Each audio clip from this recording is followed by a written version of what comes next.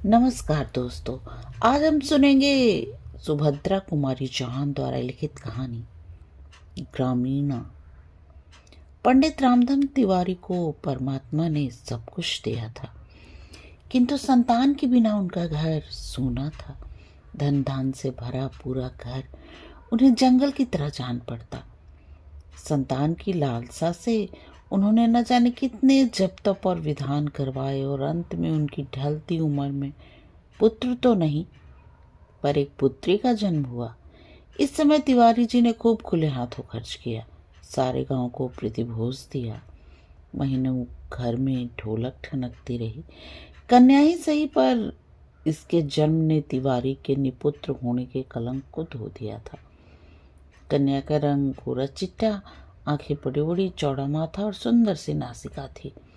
उसके बाल घने काले और असंख्य नन्हे नन्हे छल्लों की भांति सिर पर बड़े ही सुहावने लगते थे। उसका नाम रखा गया सोना। सोना का लालन पालन बड़े लाड़ प्यार से होने लगा। जब सोना 7 साल की हुई तो घर के एक मास्टर लगाकर तिवारी जी ने सोना को पढ़वाना प्रारंभ किया और थोड़े ही समय में सोना ने रामायण, महाभारत इत्यादि पुस्तकें पढ़ना सीख लिया। गांव के सभी लोगों ने सोना की कुशाग्र बुद्धि की तारीफ की। इससे आगे अधिक पढ़ाकर तिवारी जी को कन्या से कुछ नौकरी तो करवानी न थी, इसलिए सोना का पढ़ना बंद करवा दिया गया। अब सोना 9 साल की सुकुमार सुंदर बालिका थी। उसकी सुंदरता और सुकुमारता को देखकर गांव वाले कहते, तिवारी जी, तुम्हारी लड़की तो देहात के लायक नहीं है। इसका विवाह तो भाई कहीं शहर में ही करना। सुनते हैं शहर में बड़ा आराम रहता है। इधर तिवारी जी की बहन जानकी, जिनका विवाह हुआ तो गांव में ही था, किंतु कुछ ही दिन से शहर में जाकर रहने लगी थी। जब कभी शहर से चौड़े किनार की सफ़ेद साड़ी, आधी बाह का लेस लगा हुआ जैकेट, टिकली की जगह माथे पर लाल अंगूर की बिंदी और पैरों में काले काले स्लीपर पहन कर आती तो सारे गांव की स्त्रियां उन्हें देखने के लिए दौड़ी आती। गांव के तरुण जीवन में उसका आदर था और बूढ़ों की आंखों में वो खटकती थी, किंतु फिर भी वह सबके लिए नई चीज थी। जानकी के पति नारायण ने भी मिल में नौकरी कर ली थी।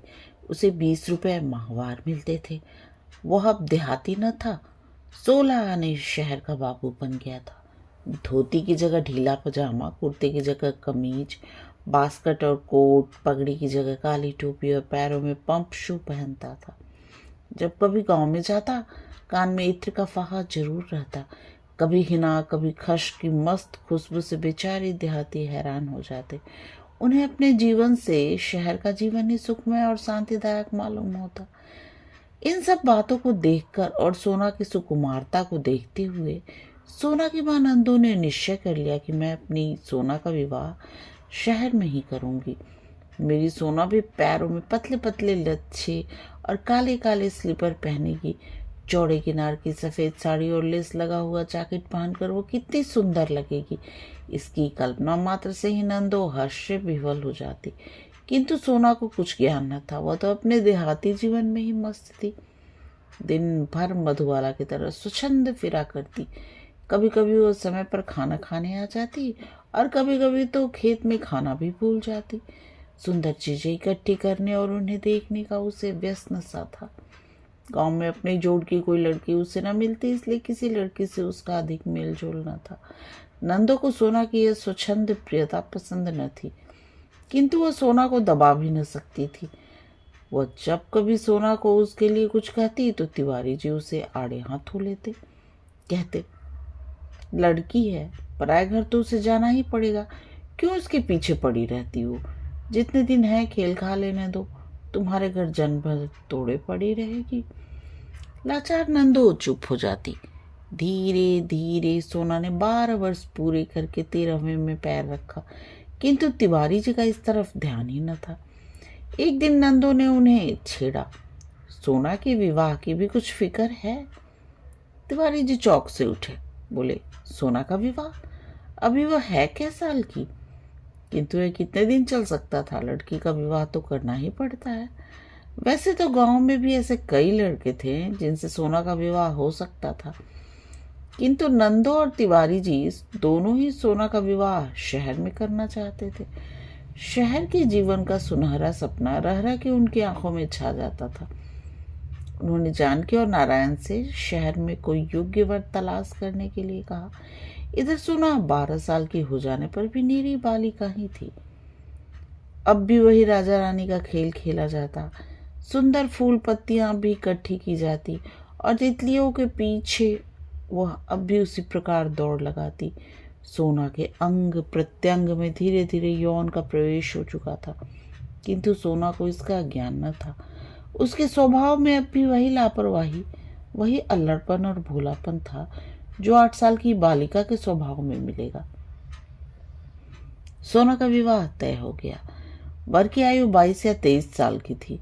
वो सुंदर, स्वस्थ और चरित्रवान नवयुवक थे। एक प्रेस में नौकरी करते थे। 75 रुपये माहवार तनख्वाह पाते थे। घर में एक बूढ़ी माँ को छोड़कर और कोई न था। बिहार के रहने वाले थे। कुछ दिनों से यूपी में आए थे। पर्दे के बड़े पक्षपाती और पुरानी रूढ़ियों के कायल थे। नाम था विश्व मोहन। जब तिवारी जी ने विश्व मोहन और उनके घर को देखा तो उनकी खुशी का ठिकाना न रहा। विश्व मोहन बाबू क्या पूरे साहब दिख पड़ते हैं। उनके घर में खिड़कियों और दरवाजों पर चिके पड़ी हुई थी। जमीन पर एक दड़ी पड़ी थी जिसके बीच में एक गोल मेज थी। मेज के आसपास कई कुर्सियां पड़ी थी। जब विश्व मोहन ने तिवारी जी से चाय पीने का आग्रह किया और तिवारी जी ने उनके आग्रह से चाय पीनी पड़ी तो वहां का साज सामान देखकर तिवारी जी चकित हो गए। हर्ष से उनकी आंखें चमक उठी। सुंदर सुंदर प्यालों में मेज पर चाय पीने का तिवारी जी के जीवन में यह पहला ही अवसर था। चाय पीने के बाद तिवारी जी ने 2 गिन्नियां परीक्षा में देकर शादी पक्की कर ली।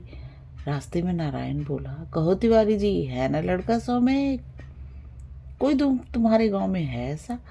जब कपड़े पहनकर हैट लगाकर निकलता है तब कोई नहीं कह सकता कि साहब नहीं है। सब लोग झुक के सलाम करते हैं। घर में देखा कितना पर्दा है। सब खिड़की दरवाजे पे चिके पड़ी हैं। इनकी माँ बूढ़ी हो गई है, पर क्या मजाल की कोई परछाई भी देख ले। दोनों समय चाय पीते हैं, कुर्सियों पर बैठते हैं। तिवारी जी ने हर्षोन्मत्त होकर कहा, भाई नारायण, हम तुम्हारे इस उपकार के सदा आभारी रहेंगे। हमारे ढूंढे तो ऐसा घर वर कभी न मिलता। हम देहात के रहने वाले, शहर का हाल चल क्या जाने।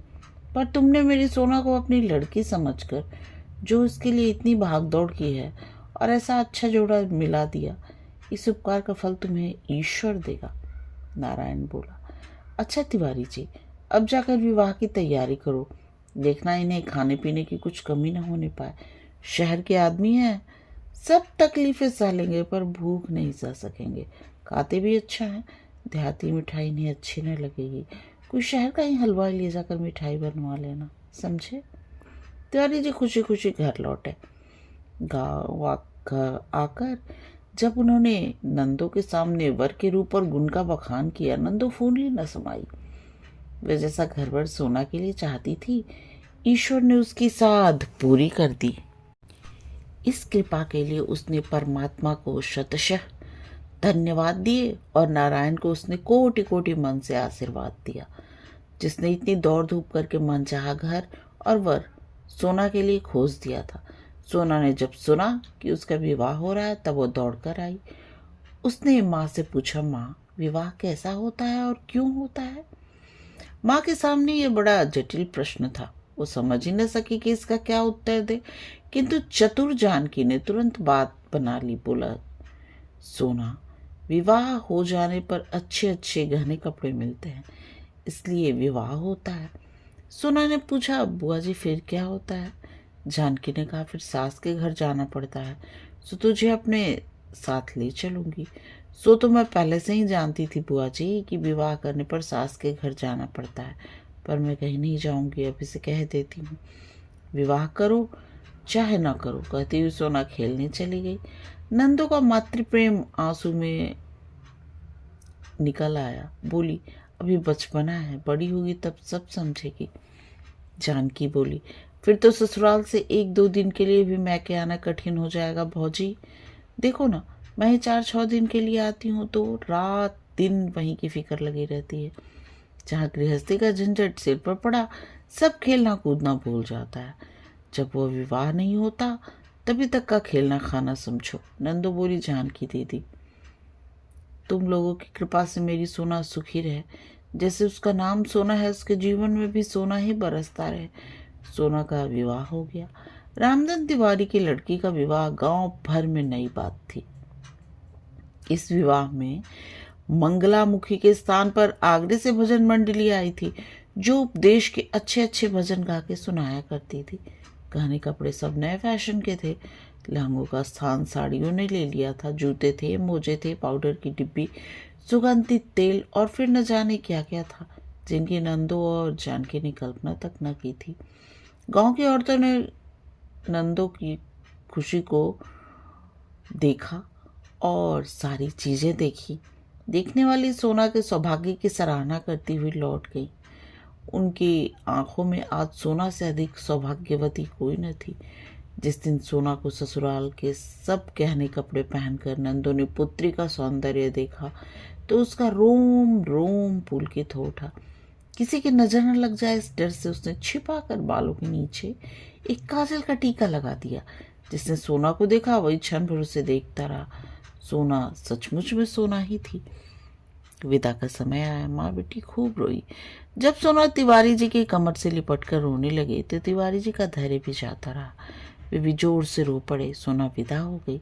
विदा के बाद तिवारी जी को पुत्र विछोह का दुख भी था, साथ ही साथ आत्मसंतोष भी कि पुत्री अच्छे घर ब्याही गई है, सुख से रहेगी। सोना ससुराल पहुंची। रास्ते भर तो जैसे तैसे आई, किंतु घर पहुंचने पर जब वह एक कोठरी में बंद कर दी गई और बाहर से साफ हवा उसे दुर्लभ हो गई तो उसे ससुराल का जीवन बड़ा कष्टमय मालूम हुआ। अब उसे गहने कपड़े न सुहाते थे। रह रहकर कोठरी से बाहर निकलना, साफ हवा में आने के लिए उसका जी तड़पने लगा। स्वच्छंद हवा में विचरने वाली बुलबुल की जो दशा पिंजड़े में बंद होने के बाद होती है, वही दशा सोना की थी। 4-6 दिन में ही उसके गुलाबी गाल पीले पड़ गए, आंखें भारी रहने लगी। एक दिन विश्व मोहन ऑफिस चले गए। सास सो रही थी। सोना आंगन के बाहर के दरवाजे के पास चली आई। चिक को जरा हटाकर बाहर देखा। यहाँ देहात की सुंदरता तो न थी, फिर भी साफ हवा तो थी ही। इतने दिनों के बाद क्षण भर के लिए क्यों न हो, बाहर की हवा लगते ही सोना का चित्त प्रफुल्लित हो गया। किंतु उसी समय एक बुढ़िया उधर से निकली। सोना को उसने चिक से बाहर देख लिया। आकर विश्व मोहन की माँ से कहा, बहू बहू को जरा संभाल कर रखा करो। न साल न 6 महीने, अभी से खड़ी होकर झांकती है। लक्षण कुलीन रहन की बहू बेटियों को शोभा नहीं देते। बिसु की अम्मा, तुम्हारी इतनी उम्र हो गई, आज तक किसी ने परछाई तक न देखी, और तुम्हारी बहू के लक्षण। कलयुग इसी को कहते हैं। बुढ़िया तो उपदेश देकर चली गई, पर सोना को उस दिन बड़ी डांट पड़ी। उसकी समझ ही ना आता था कि चिक के पास खड़ा होकर उसने कौन सा अपराध कर डाला। फिर भी बेचारी ने नतमस्तक सभी झटकियां सह ली और दूसरा चारा ही न था। इसी बीच जब तिवारी जी ने सोना को अपने घर ले जाना चाहा तो सोना को ऐसा लगा जैसे किसी ने डूबते से उबार लिया हो। पिता को देखकर वो बड़ी खुश हुई। सोचा अब अपने घर जाऊंगी, और मन ही मन प्रतिज्ञा किया, यहाँ लौट के फिर कभी ना आऊंगी। लेकिन शहर वाले बहू को मैके में ज्यादा रहने ही कब देते हैं। सोना को मैके आए अभी 15 दिन भी न हुए थे कि विश्व मोहन सोना को लेने के लिए आ गए। वे जब आ रहे थे, सोना उन्हें रास्ते में ही बिही के पेड़ पर चढ़ी हुई मिली।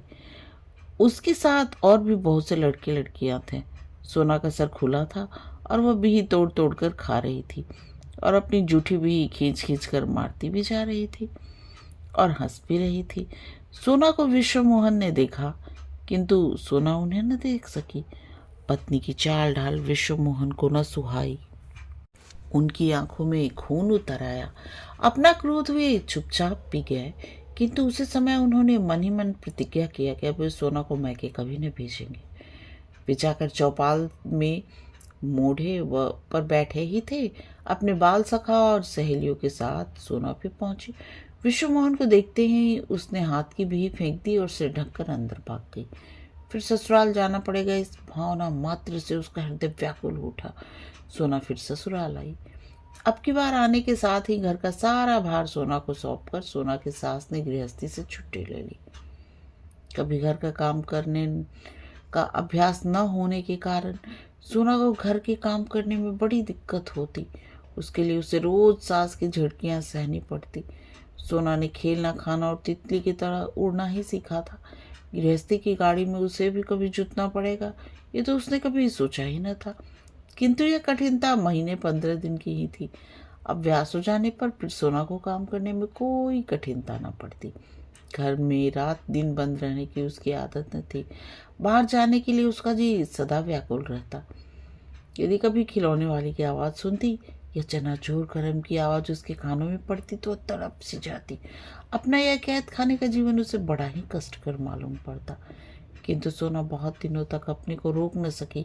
वो सास और पति की आंखों चाकर गृहकार्य के पश्चात कभी खिड़की, कभी दरवाजे के पास जब मौका मिलता जाकर खड़ी हो जाती। बाहर का दृश्य, हरे भरे पेड़, पत्तियां देखकर उसे कुछ शांति मिलती। बाहर की ठंडी हवा को स्पर्श करके उसके जैसे जीवन मिल जाता। वो जानती थी कि खिड़की या दरवाजे के पास वो कभी किसी बुरे उद्देश्य से नहीं जाती। फिर भी पति नाराज होंगे, सास झिड़कियां लगाएगी, इसलिए वो सदा उसकी नज़र बचाकर काम करती। मोहल्ले वाले को यह बात सहन न हुई।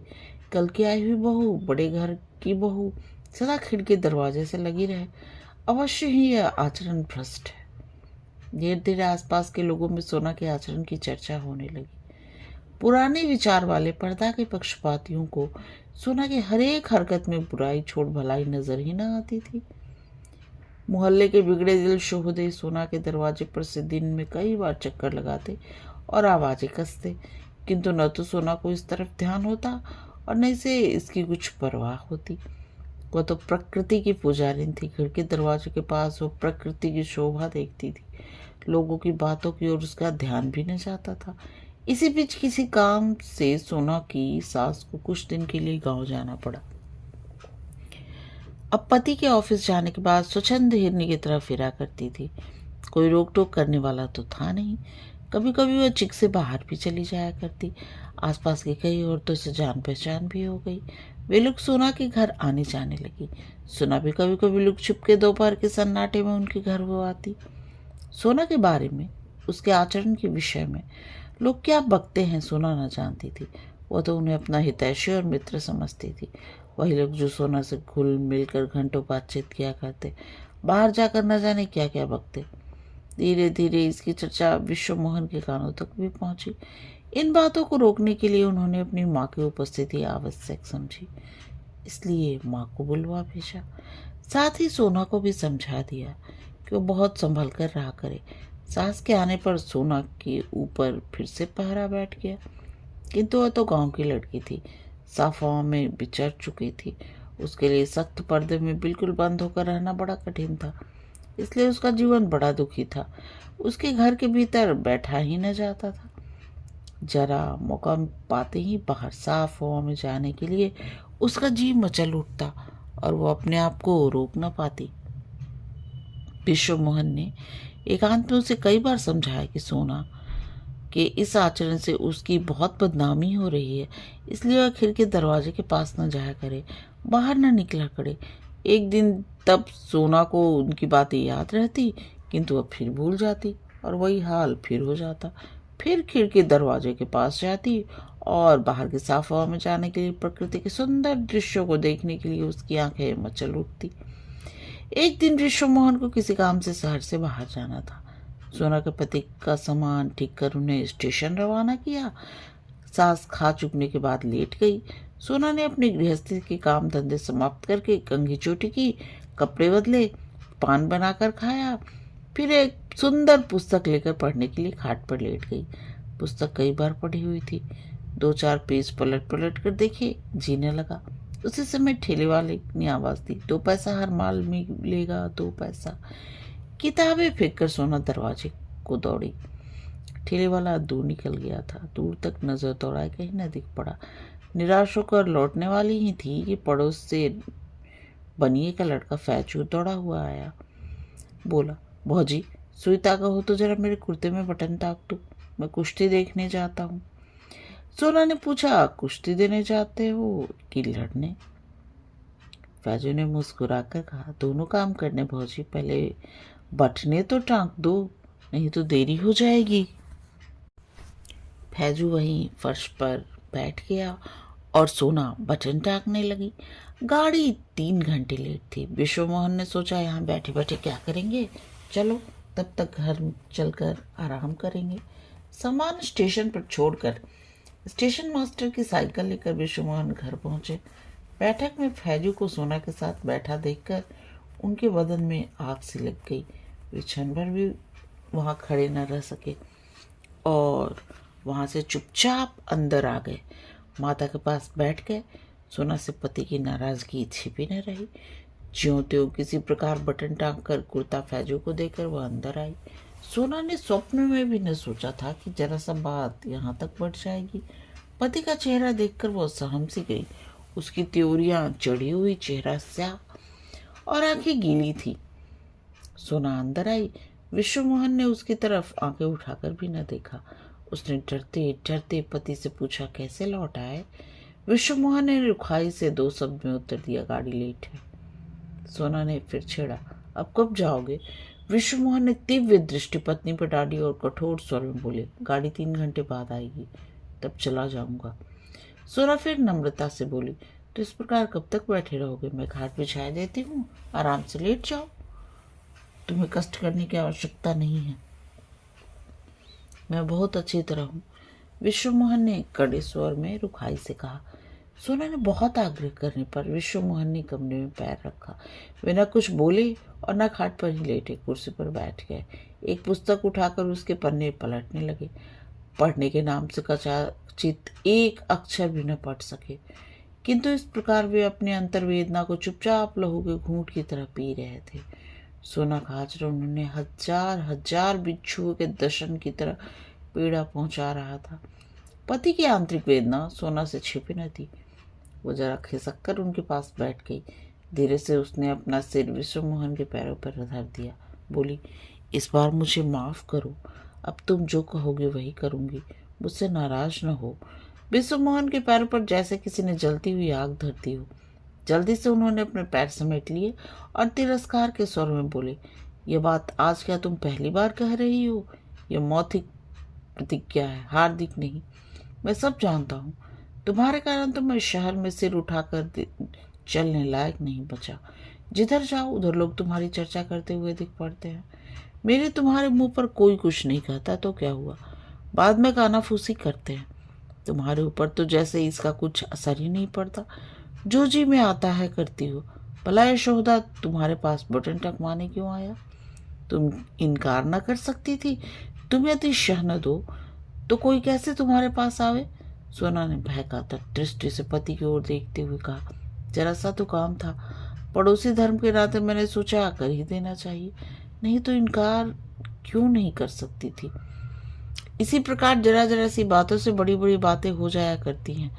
निभाया करो पड़ोसी धर्म, मगर मेरी इज्जत का ख्याल मत करना। कहते हुए विश्व मोहन बाहर चले गए। साइकिल उठाई और स्टेशन चल दिए। आहत अपमान से सोना तड़प उठी। वह कटे हुए वृक्ष की भांति खाट पर गिर पड़ी, रोई। रो लेने के बाद उसका जी हल्का हुआ। उसे अपने गांव का स्वच्छंद जीवन याद आने लगा। देहाती जीवन की सुखद स्मृतियां एक एक करके सुकवि की सुंदर कल्पना की भांति उसके दिमाग में आने लगी। उसे याद आया किस प्रकार जाड़े के दिनों में अलाव के पास न जाने कितनी रात बूढ़े जवान युवतियां और बच्चे सब एक साथ बैठकर आग तापते हुए पहेलियां बुझाते और किस्से कहानियां कहा करते थे। किसी के साथ किसी प्रकार का बंधन न था। नदी पर गांव भर की बहू बेटियां कैसे स्नान करके सो जाती थी और फिर सब एक साथ गाड़ती हुई लौटती थी। कितना सुखमय जीवन था वह। चने के खेत से नर्म नर्म चने की भाजी तोड़कर सब एक साथ किस प्रकार खाया करते थे। कभी कभी छीना झपटी भी हो जाया करती थी। हंसी मजाक भी खूब होता था। यहाँ किसी को कोई शिकायत न थी। अपने पड़ोसी कुंदन के लिए वो माँ से लड़ भिड़ कर भी मिठाइयाँ ले जाया करती थी। नदी पर नहाने के बाद कभी कभी कुंदन उसकी धोती भी धो दिया करता था। यहाँ तो उसने कभी कोई चर्चा नहीं हुई। क्रोशिया से एक सुंदर सा पोत का बटुआ बनाकर उसके सामने ही उसने कुंदन को दिया था। वो अब तक उसके पास रखा होगा। वहां तो इस पर किसी को भी बुरा न लगा था। वहां सबसे बोलने बात करने की स्वतंत्रता थी। कुंदन की भाभी नई नई तो ब्याह के आई थी। हम लोगों के साथ रोज नदी नहाने जाया करती थी और साथ बैठकर झूला भी झूला करती थी। अलाव के पास भी बैठा करती थी।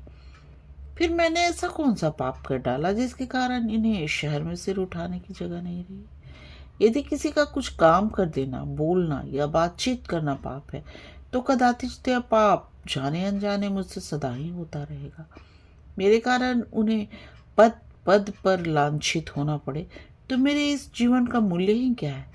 ऐसे जीवन से तो मर जाना अच्छा है। मैं घर के अंदर पर्दे में नहीं बैठ सकती, यही मेरा अपराध है। इसी के कारण तो लोग मेरे आचरण के धब्बे लगाते हैं। मैं लोगों से अच्छी तरह बोलती हूँ, प्रेमपूर्ण व्यवहार करती हूँ, यही मुझ में बुराई है। आज उन्हें मुझ पर क्रोध आया। उन्होंने तिरस्कार के साथ मुझे झिड़क दिया। इसमें उनका कोई कसूर नहीं है। पत्थर के पाट पर भी रस्सी के रोज रोज घिसने से निशान पड़ जाते हैं। फिर वो तो देवपुत्र तुल्य पुरुष है। उनका हृदय तो कोमल है। इन अपवादों का असर कैसे न पड़ता। रामचंद्र जी सरीखे महापुरुष ने भी तो जरा सी बात पर गर्भवती सीता को वनवास दे दिया था। फिर ये तो साधारण मनुष्य ही है। इन्होंने जो कुछ कहा ठीक ही कहा, पर इससे मेरा भी कौन सा दोष है। जब इन्हीं के हृदय में संदेह ने घर कर लिया तो मैं जीती हुई भी मरी से गई बीती हूँ। इसी प्रकार अनेक तरह के संकल्प विकल्प सोना के मस्तिष्क में आए और चले गए। 3 दिन बाद विश्वमोहन लौटे। जाने से पहले उनमें और सोना में जो कुछ बातचीत हुई थी उसे प्राय भूल से गए थे। सोना के लिए अच्छी सी साड़ी, एक जोड़ी पैरों के लिए सुंदर से स्लीपर और कुछ हेयर क्लिप लिए हुए वे घर आए। किंतु सामने ही चबूतरे पर उन्हें फैजू बैठा हुआ मिला। पास ही हरी हरी घास पर वो अपना तीतर चुगा रहा था। विश्वमोहन उसे देखते ही तिलतिला उठे। संदेह और भी गहरा हो गया। सारी बातें जो की त्यों फिर ताजा हो गई। उनका हृदय बड़ा ही विचलित और व्यथित हुआ। न जाने कितनी प्रकार की शंकाएं उन्हें व्याकुल करने लगी। उनका चेहरा फिर गंभीर हो गया। घर आकर वे सोना से एक बात भी न कर सके। वहां से 1-2 बातें कर बिना भोजन किए ही वो ऑफिस चले गए। सोना से उपेक्षा न सही गई। पिछले 3 दिनों से वह खिड़की दरवाजे के पास भी न गई थी और उसने यह निश्चय कर लिया था कि वो कभी भी खिड़की दरवाजे के पास न जाएगी। विश्वमोहन की इस उपेक्षा ने उसके हृदय के घाव को और भी गहरा कर दिया। सोना अब इससे अधिक न सह सकती थी। अपने जीवन को समाप्त करने का उसे कोई साधन न मिला तो उसने आंगन में लगे हुए धतूरे के पेड़ से 2-3 फल तोड़ लिया और पीस कर पी गई। कुछ क्षण बाद सोना के हाथ पैरा करने लगे। उसकी जुबान ईंट गई और चेहरा काला पड़ गया। वो देखती थी किंतु बोल न सकती थी। उसी समय तिवारी जी आ पहुंचे। वे सोना को विदा कराने आए थे। सोना पिता को देखकर बहुत रोई। सारे घर में कोहराम मच गया और देखते ही देखते सोना के प्राण पखेरु उड़ गए। एक ऐसी नींद थी जिससे सोना को सदा के लिए शांति दे दी। अपवाद की विषैली आयु अब उसे छू भी न सकती थी। शाम को 6 बजे विश्वमोहन ऑफिस से लौटे। घर में रोने की आवाज सुनकर किसी की अज्ञात आशंका से उनका हृदय विचलित हो उठा। घर आकर देखा तिवारी जी कन्या की लाश गोद में लिए दहाड़े मार मार कर रो रहे हैं।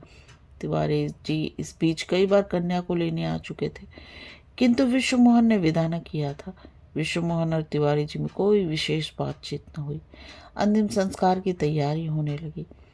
अंतिम संस्कार के बाद जब विश्वमोहन लौटे तो मेज पर उन्हें सोना का पत्र मिला। मेरे देवता, मैं मर रही हूँ। मरने वाला झूठ नहीं बोला करता। आज तो अंतिम बार विश्वास कर लेना, मैं निर्दोष थी। मुझे ऐसा लगता है कि या तो ये दुनिया मेरे लायक नहीं है या मैं ही इस दुनिया की योग्य नहीं हूँ। इस छल कपट से परिपूर्ण संसार में मुझे भेजकर शायद विधाता ने उचित नहीं किया था। आप मेरी एक कठिनाई शायद नहीं समझ सके। एक वातावरण से सहसा दूसरे वातावरण में पहुंचकर मैं अपने को शीघ्र ही अनुकूल बना लेने में असमर्थ पाती थी। अपने मरने का मुझे कोई अफसोस नहीं। दुख है तो केवल इतना कि मैं आपको कभी सुखी न कर सकी। अभागिनी सोना। कहानी समाप्त। कहानी सुनने और अपना कीमती समय देने के लिए आप सबका बहुत बहुत धन्यवाद।